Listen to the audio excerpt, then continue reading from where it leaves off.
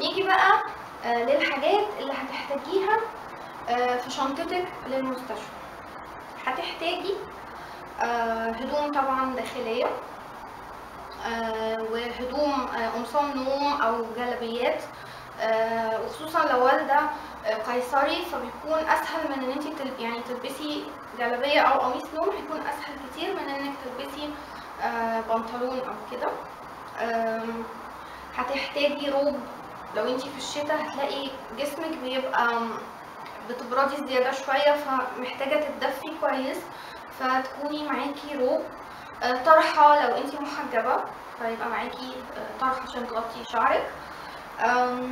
طبعا شبشب، فوطه، فوطه لجسمك وفوطه لوشك، مزيل عرق، فرشه لشعرك او مشط، فرشه اسنان. ايه كمان؟ الحفاضات بتاعه الولاده بتكون موجوده في المستشفى وفي الصيدليات، بتكون كبيره وعريضه شويه فهتحتاجي منها. يكون معاكي وايبس وكريم مرطب، يعني لو حبيتي تدلعي نفسك ايدك وشك، يعني لو كان عندك وقت وكنتي قادره يبقى معاكي برضو الكريم المرطب بتاعك. اوكي. والفازلين اللي قلتلكوا عليه ده مهم جدا يكون عندك في البيت، فازلين عادي خالص. ليه بقى؟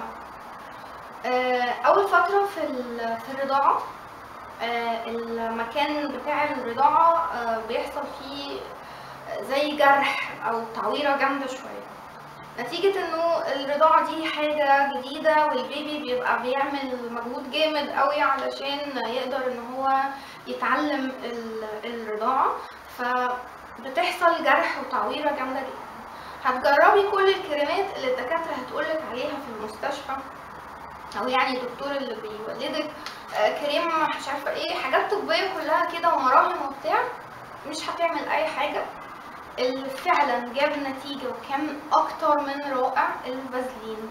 هتدهني مكان بعد كل رضعه، هو البيبي هيرضع وهتنيميه، هتروحي عامله بالفازلين لحد الرضعه اللي بعدها. لما قبل بقى ما ترضعي هتمسحي مكان الرضاعه بوايبس، او لو قادره ان انت تغسلي بميه هيكون كويس، او انك بوايبس يكون اللي هو الوايبس الجونسون بتاع الاطفال ما فيهوش كحول، تمسحي بيه كويس وبعد كده تنشفي بمناديل. ده هيحسن معاكي الموضوع ده جدا، فانا بنصحكم بيه بشده الفازلين. اوكي، ده بالنسبه للحاجات بتاعه الام. طيب شنطه البيبي هتحتاجي فيها طبعا بامبرز، هتحتاجي فيها الكريم بتاع الحفاض اللي هو الزنك ده، اي نوع هتفضليه. انا عن نفسي برشح الساموسان، حلو جدا، احسن نوع يعني.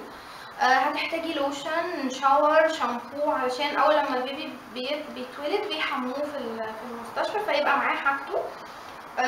هتحتاجي المقص او القصافه، لانه البيبي بيتولد بيبقى ضوافره طويله شويه، فبعد لما بيحموه يهدى كده وبتاع بيقصوله لازم ضوافره علشان ما يعورش نفسه. فرشه شعر للبيبي، طبعا هنا في انا نسيت اقول حاجات، يعني فرشه الشعر دي برضو المفروض تكون موجوده معاكي في البيت، انا نسيت اقولها. فيبقى معاكي فرشه شعر للبيبي بيبقى شعره ناعم قوي، ووايبس طبعا. هتحتاجي فانيلات داخليه وهدوم خارجيه للسلوبرتات بتاعت بره. هتحتاجي تقريبا، يعني اعملي حسابك في هدوم تكفي ان هو يغير مرتين في اليوم، فتبقى معاكي هدوم كفايه يعني. ولو معاكي بزياده احسن ما يبقى معاكيش وتحتاجي حد يرجع البيت يجيب هدوم تاني، فالاحسن خدي معاكي هدوم داخليه وخارجيه بزياده. هتحتاجي البطانيه بتاعته، الليفه تاخديها معاكي، الطواقي القطن. انا الكلام ده طبعا للناس اللي هتولد في الشتاء، اوكي، الحاجات دي. التتينه، الفوط بتاعته، الفوط بتاعت القشط دي اللي قلنا عليها، جوانتي والكاري كوت طبعا علشان وانتي خارجه ان شاء الله بالسلامه من المستشفى تحطي البيبي فيها ويبقى متدفي كويس وملفوف بالبطانيه بتاعته ويكون متدفي كويس جدا. اخر حاجه في شنطه او يعني في الجزء ده، ما تنسيش اي واحده داخله تولد وما تنسيش يا هنا تدعي افتكري كده وانتي داخله اوضه العمليات خلاص، ادعي دعوه من قلبك لكل حد نفسه ان ربنا يرزقه بالذريه الصالحه. ان شاء الله يقال، يعني انا معرفش ده حقيقه ولا ايه، بس يعني انا جربتها ونفعت مع واحده صاحبتي حملت بعديا ب3 شهور تقريبا بعد ما انا ولدت. فمش هتخسري حاجه، افتكري، حاولي تفتكري، تدعي لكل واحده نفسها يكون عندها بيبي ربنا يرزقها بالذريه الصالحه. طبعا هتدعي لابنك وليكي. زي ما قلت لكم الفازلين مهم جدا جدا جدا علشان الرضاعه.